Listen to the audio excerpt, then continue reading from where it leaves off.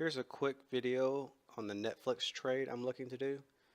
So I'm bullish on Netflix going into earnings, and typically when you're bullish on a stock you want to buy a call, but I want to structure my trade in such a way that if I'm wrong and Netflix misses earnings and the stock drops, that I still want to be able to possibly make a profit and also cap my risk if it drops well below my strike prices.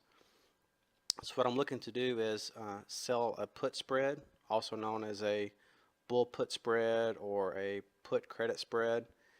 And what I'm doing here is, if you look, the 280 level to me looks to be a significant level of support and resistance. You can see here it acted as resistance. Next time it hit that resistance level, there was a lot of consolidation going on for a few days, and then finally it broke through. And then we had a recent pullback. 280 was roughly the support level that it bounced off of. So I'm looking to structure my trade around that 280 level.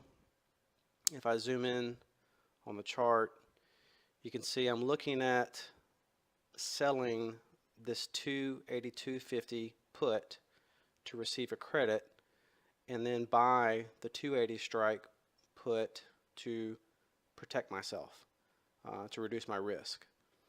And I'm slightly above that 280 support level, so if you want to be more conservative, maybe you would choose a strike price a little further down. But since I'm bullish on Netflix, I'm not anticipating it dropping back to that 280 level.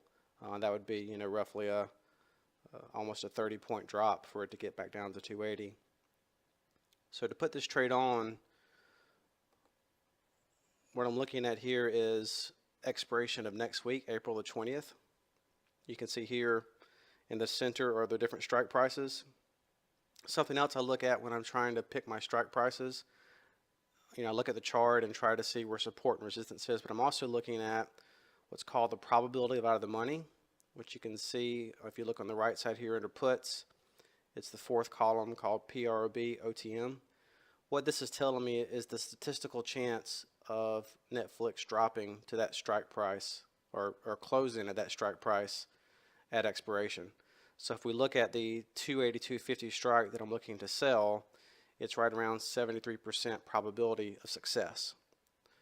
And that's a percentage that I'm comfortable with. If I want to be more conservative, I may go look further out at, say, the 79%, which would put me at the 270 strike price.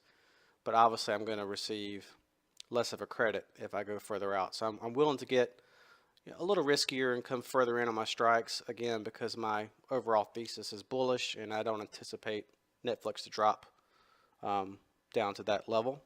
So what I will do is I would click on, since I'm selling the 282.50, I'd click on the bid.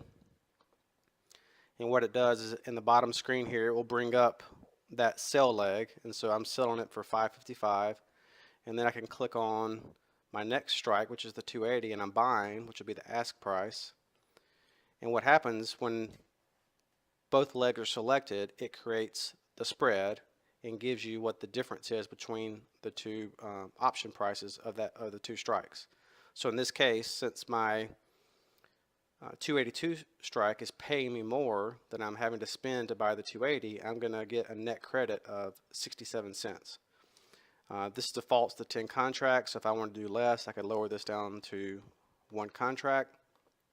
So I'm going to be selling one contract of the 282.50, buying one contract of the 280 to make my spread, and I'm going to put it in for a credit of 67 cents. Now I probably will wait until Monday to put this in, just to see how Netflix trades on Friday and Monday, because if the stock goes up, I probably will adjust my strike prices accordingly to where I may move them up a little higher than when I have them now.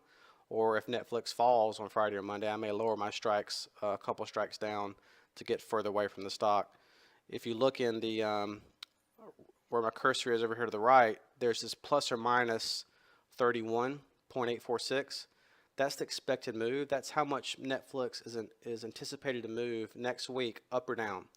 So it's going to either go up 31 points or go down 31 points. So I'm trying to get myself pretty much right at that range, because I don't anticipate Netflix to move 31 points. So that's why I'm willing to get a little riskier and bring my strikes closer, but if I wanted to get outside of that 31-point move, I would choose a strike price probably around the 277.5 range. When I hit confirm, you can see it's going to tell me what my max profit is. In this case, since I'm doing one contract, I'll get $67. My max loss is $183. And again, the only way I can lose that $183 is if Netflix drops down below 280. And you can see my break-even point is at 281.83. So if Netflix dropped to 281.83, I would break even on the trade. And that's it. If you have any questions, let me know. One quick clarification to make. After I watched the video, I realized I didn't explain the probability of out of the money column very well. This percentage is the statistical chance that Netflix will not go to that strike price. It's basically saying, what is the probability that this strike price will be out of the money at expiration? So 75% means that it's a 75% chance Netflix will not go to 280. I think the way I explained it makes it sound like it's a 75% chance that it will, but just to clarify, that's your percent of success. So because we don't want Netflix to drop to this 282 level, 282.50, that's our short strike. We want it to stay above it. So we have a 73% chance that that will not happen. So you could look at that as saying there's a 73% chance that we will be successful on this trade.